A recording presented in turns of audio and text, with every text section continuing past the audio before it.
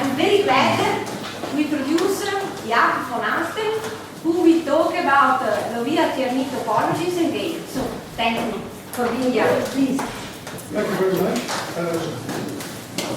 The subject matter of this talk is only tangentially connected to vibrations and objects. There is certainly a way to present Lawvere-Tierney topologies in a fibered way, but that's not what I will be doing. However, the title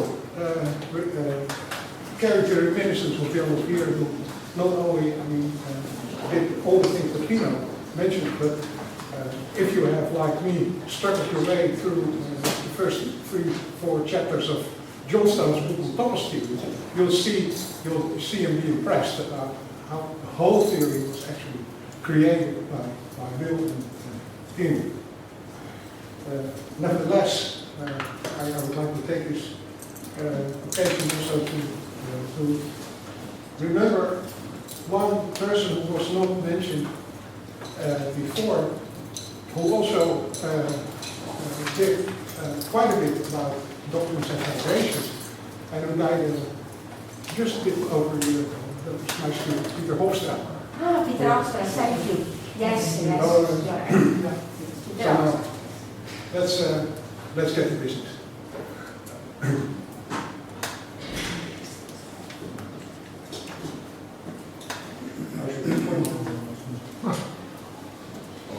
Maybe I should. Maybe there's a.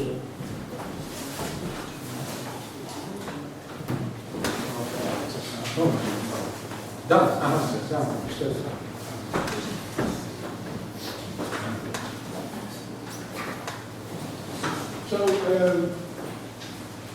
this is actually an example of an hyperdocument.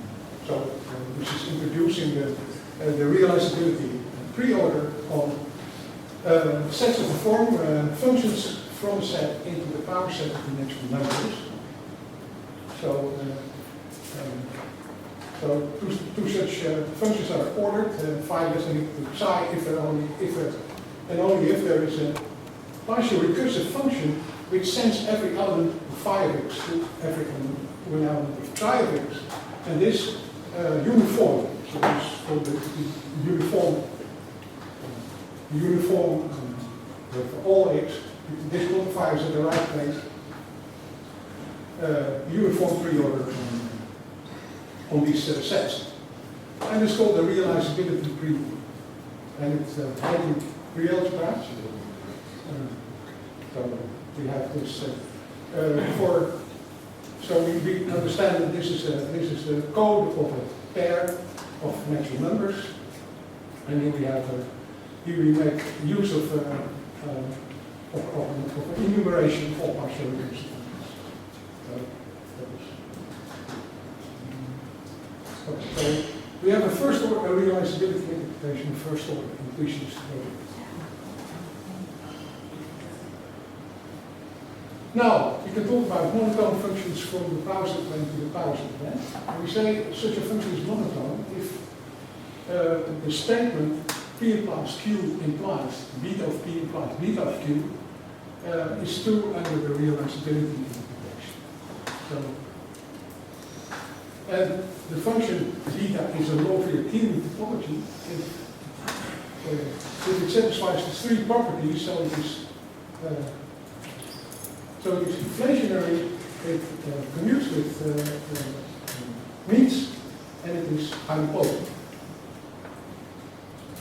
So if we define the negation of P to be P implies the empty set, then you have this function, the not function, and that's an example of the Lawvere-Tierney. And now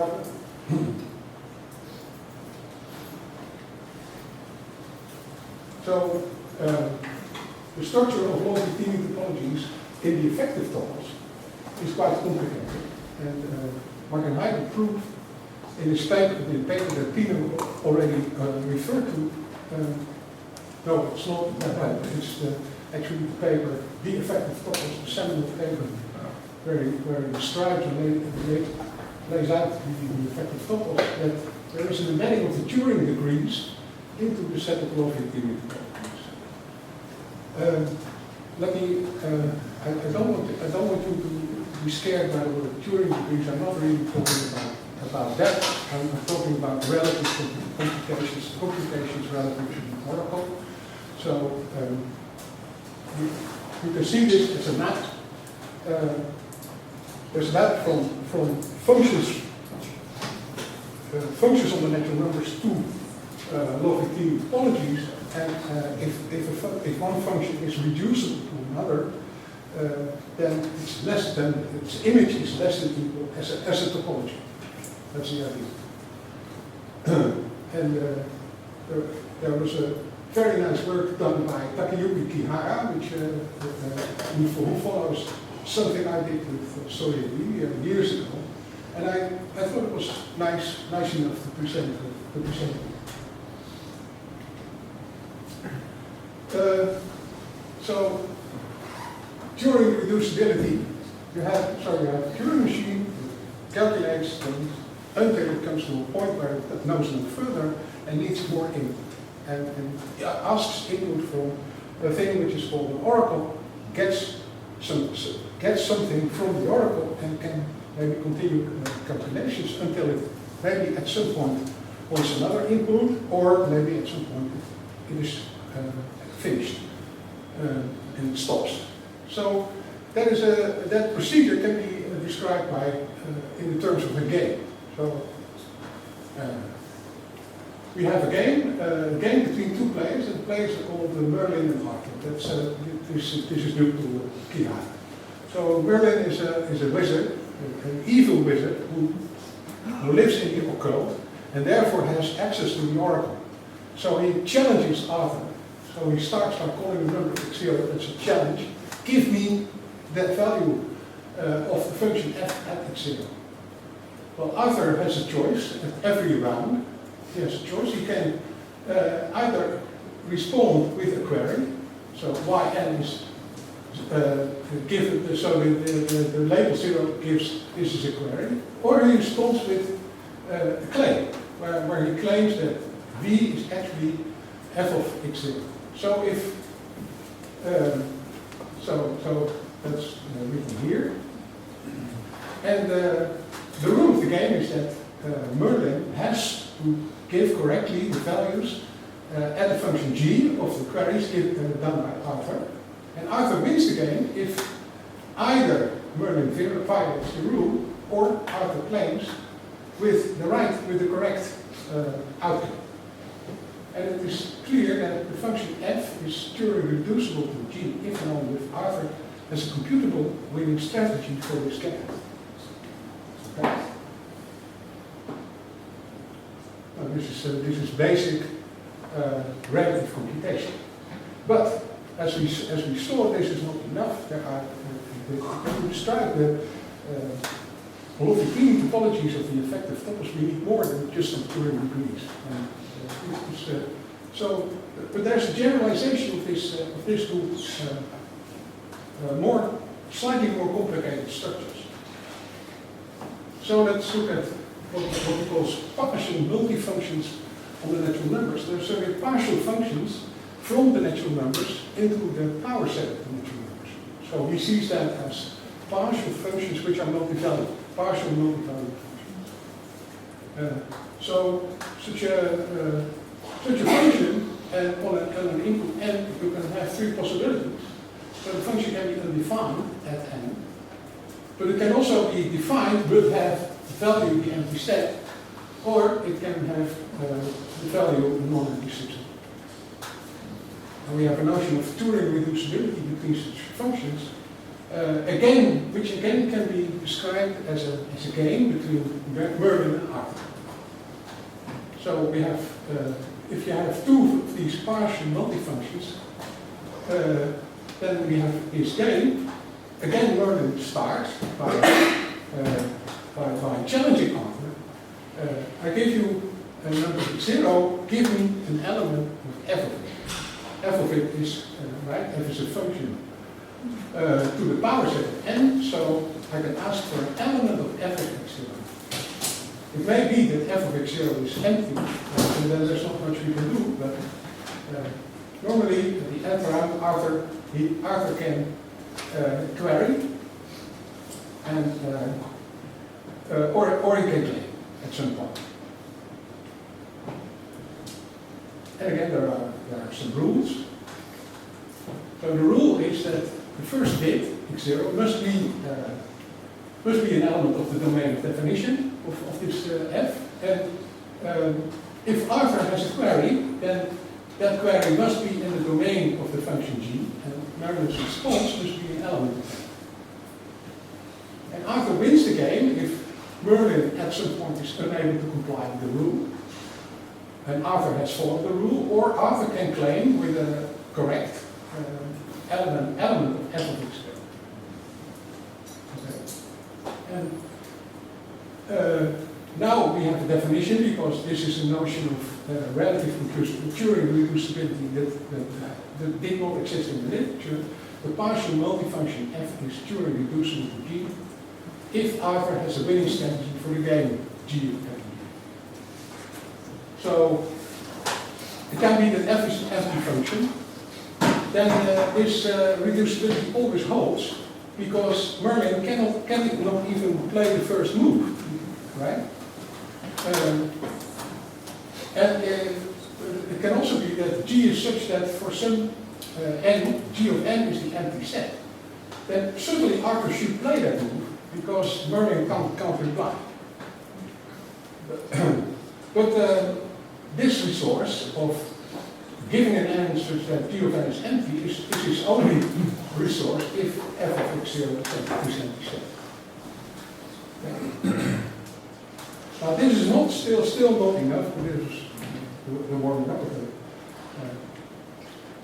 Now we can make it a bit more complicated, and we consider what Vihara calls bilayer functions, partial multifunctions f. But now we have an extra set of parameters, lambda. So partial functions from n cross lambda to the power set of n. And these the elements of lambda are thought of as secret inputs. So we have a public domain of a function f. That's the set of those numbers n for which there exists something in lambda such that the pair n c is in the domain of the public domain of. And now we have a game in 3 planes. There's Merlin, there's Arthur, and Nimue. And I don't know how your Arthur knowledge is, but Merlin is the evil wizard. Nimue is also an occult person. She can also see into the underworld, and she has access to the oracle. But Nimue is benign. She helps Arthur. And Arthur is human, and he sees only the public. So if a pair N, C is played, Arthur only sees N. Okay, again, where Merlin starts with this challenge. The challenge x0 c0, and the challenge is give me an element of f of x0 c0. And at the end round, Arthur plays again a query or a claim. But the query is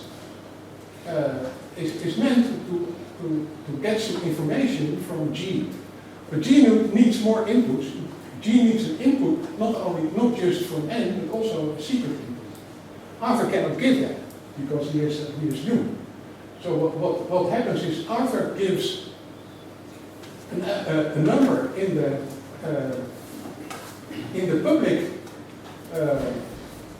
domain of G, and Nimue completes that information by giving a suitable parameter Zn. And again, Merlin responds by playing extension 1. Now we have this this general situation. And so Merlin's first bit has to be the domain of F. If Arthur queries, then we must have that this query must be in the public domain G. So for some parameter, we have that this pair is in the domain G. And if Arthur has played this, then the mover must pick some parameter satisfying that. And then Arthur and the mover win the game if either Merlin is unable to comply with the rule, or Arthur claims and with the correct claim.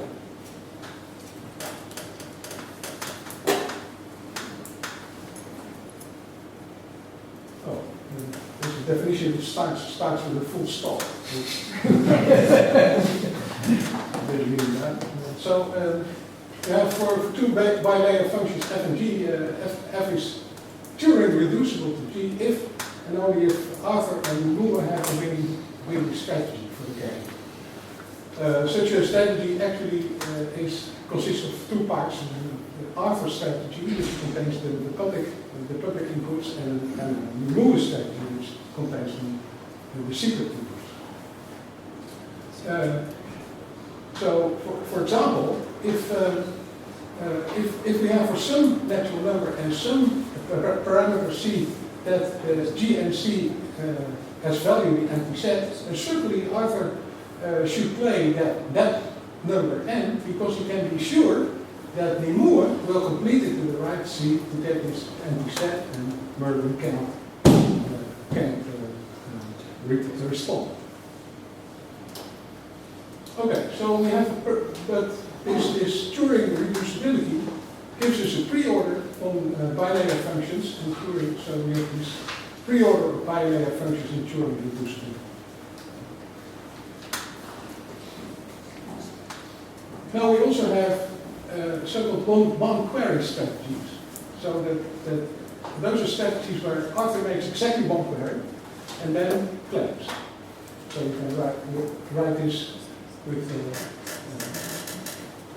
f is less than equal with adorned with the symbol 1 to say that Arthur will have a winning one strategy for that. And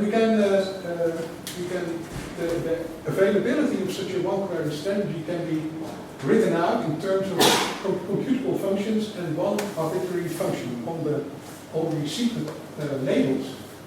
And you get this implication. So there are computable functions h and k, and an arbitrary function l, such that this is now, for example, no, I think this is correct. This is okay as it stands, and you have this implication, and this is known as Weierach reducibility. But it's also, if you twist and mirror the dialectical implication a little bit, then you have something which is very similar to this. So you have a pre-order structure, both Turing reducibility and one query Turing reducibility. The both pre-orders will satisfy functions. And now you have a natural operation with sending h to function hb, which satisfies that if g is Turing reducible to h, if and only if g is one query Turing reducibility with h of b. And that means that the operation blank to the power b is right adjoint to the inclusion of one bilayer functions with one query reducibility to bilayer functions with Turing reducibility. And that is full and faithful. We get, so if we write mon for the set of monotone functions, from the power set of n to the power set of n, with the realizability pre-order. And we have log, the sub pre-order on the Lawvere-Tierney topologies. We have the classical result of Thomas' theory that the inclusion from local operators to monotone functions has a left adjoint L. And now you get that the pre-orders of bilayer functions with one query during reducibility, that pre-order is equivalent to the pre-order of monotone functions. And the pre-order of bilayer functions with during reducibility is equivalent to the pre-order of operand. And the only, this is my contribution, this diagram, which contains a mistake. This map should be the map from left to right, instead of left to right. I'm afraid this is it. Thank you very much for your...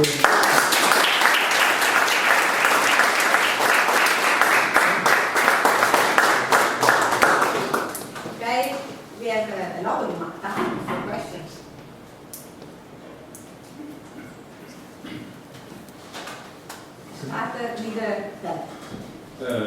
What's your name? Henning. Henning. From? Leiden. Leiden. Okay, thank you.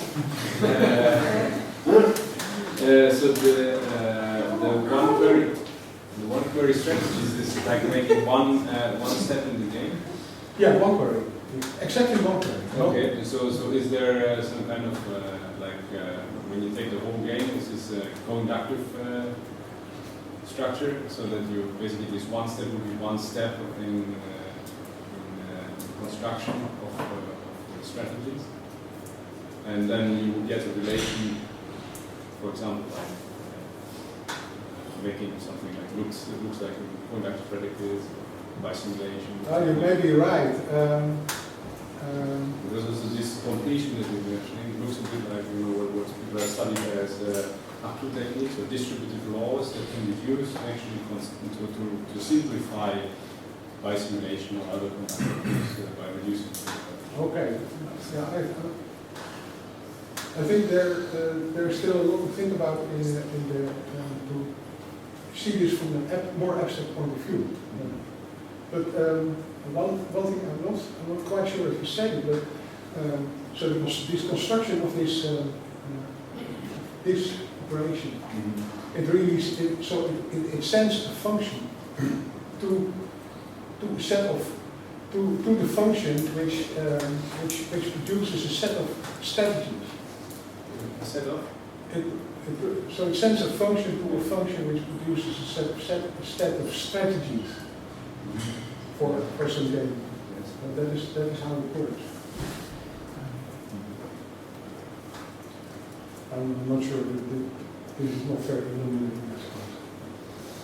Maybe.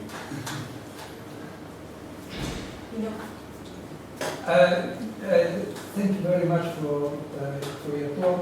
I want also very glad you mentioned Peter, because his work around the realizability purpose and trapeze constructions was one thing I failed to mention.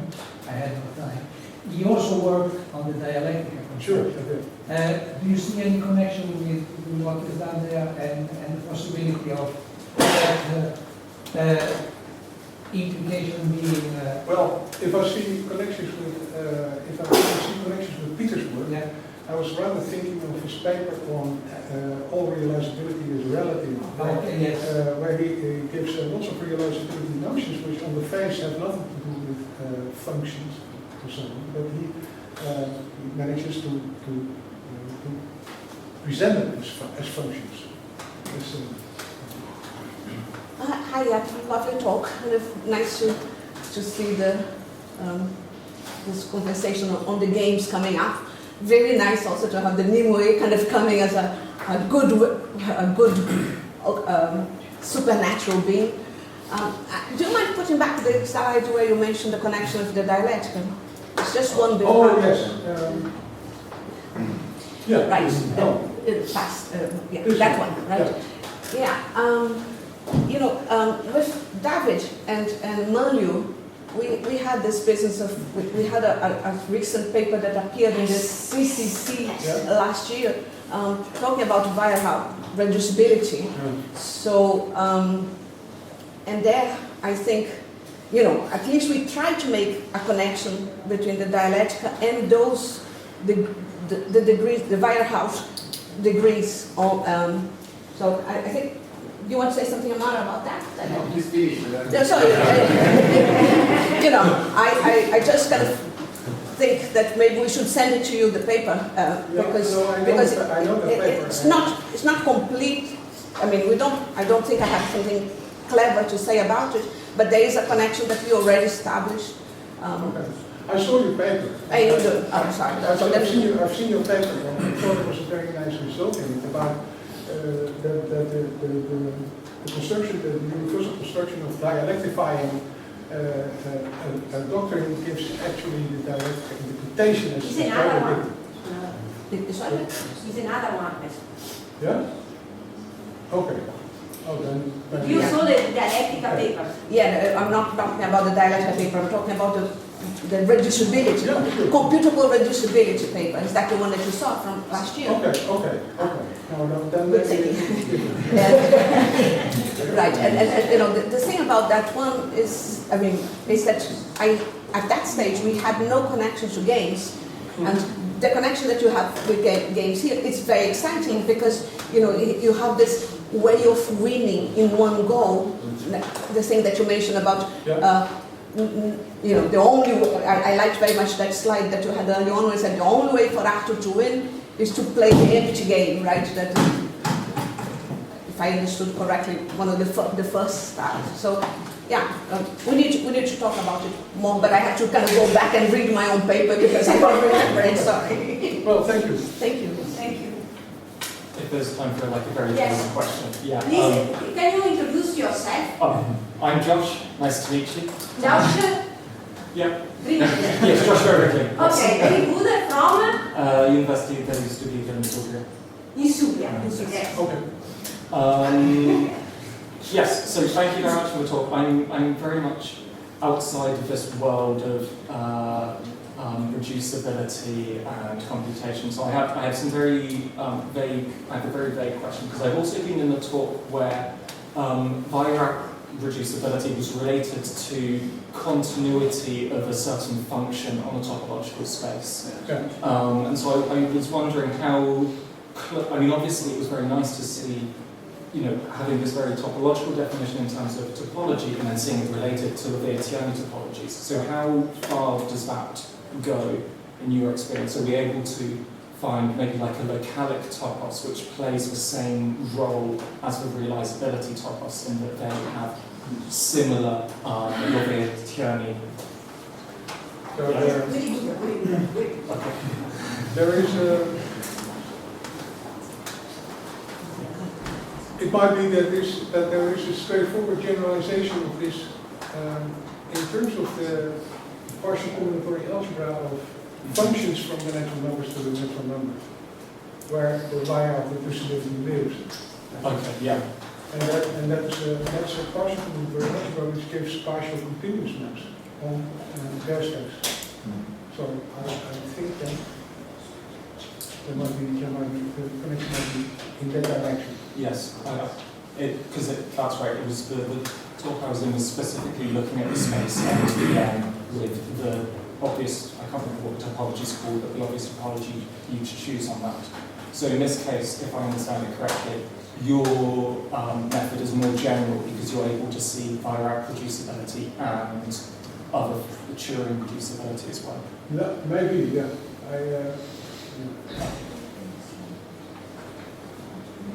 And let me repeat this, that this all work by Takayuki Kihara. It's not my work. Let's give credit to research. Jonas. Please, where do you come from? So, I'm based at Carnegie University, and I'm Jonas Wein. I mean, it's very interesting. I don't understand it very well. So, if I understand correctly, the subtoposes that correspond to Turing degrees are actually themselves toposes over PCAs that are obtained by adjoining something to the PCA. And so you seem to be presenting a generalization which does not, I mean, you said they correspond,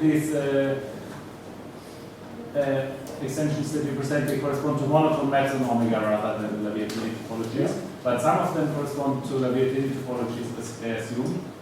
And do you know if they could correspond to something like PCA? Because No, that's a very nice, of course, very natural question. Yeah, but I have no answer. So, yes. Because I'm looking for examples of some structures that resemble ordered PCAs, and as you might know, but yeah, maybe I should look into this and see if I. Okay. Please. I'm Steve Allier from Parliament. You arrived one day before, I don't know how you managed. Sorry, I missed the first part of the talk, so I apologize if you've already answered this question. Can you go to the last slide? The monotone maps on the graph model there are inducing some sort, because they're monotone by Hofstra-ology, they're inducing some sort of endomorphisms on the realizability topos, just not subtoposes, because they're not all Lawvere-Tierney topologies. But maybe they can also be described in terms of endomorphisms of the geometric endomorphisms of the realizability topos, and the adjunction is telling us something about which of those are subtoposes. Oh, I don't know. I'm asking you. no, I don't know. There's lots of ideas coming from the audience. Thank you. Okay, thank you very much. Are there other questions? I have one simple question. What was your dream? And why did you start this connection? What was your purpose?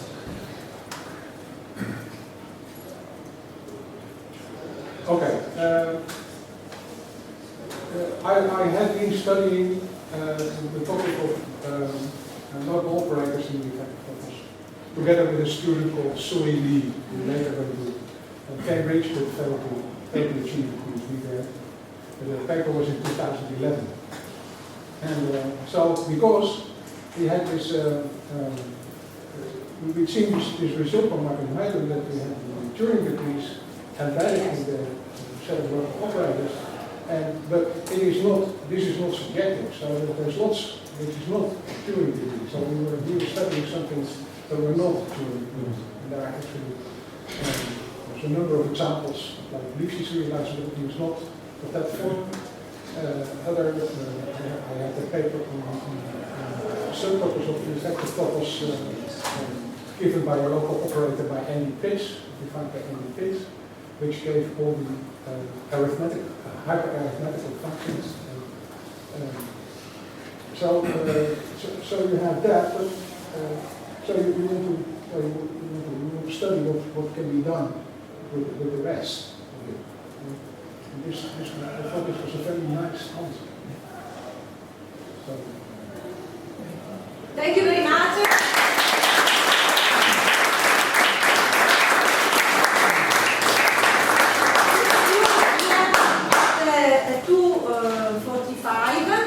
We close the door, so if you want to leave things here.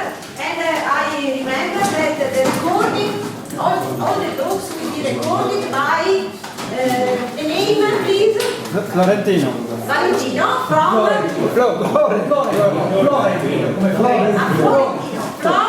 France. France. And then you can write to this if you want to know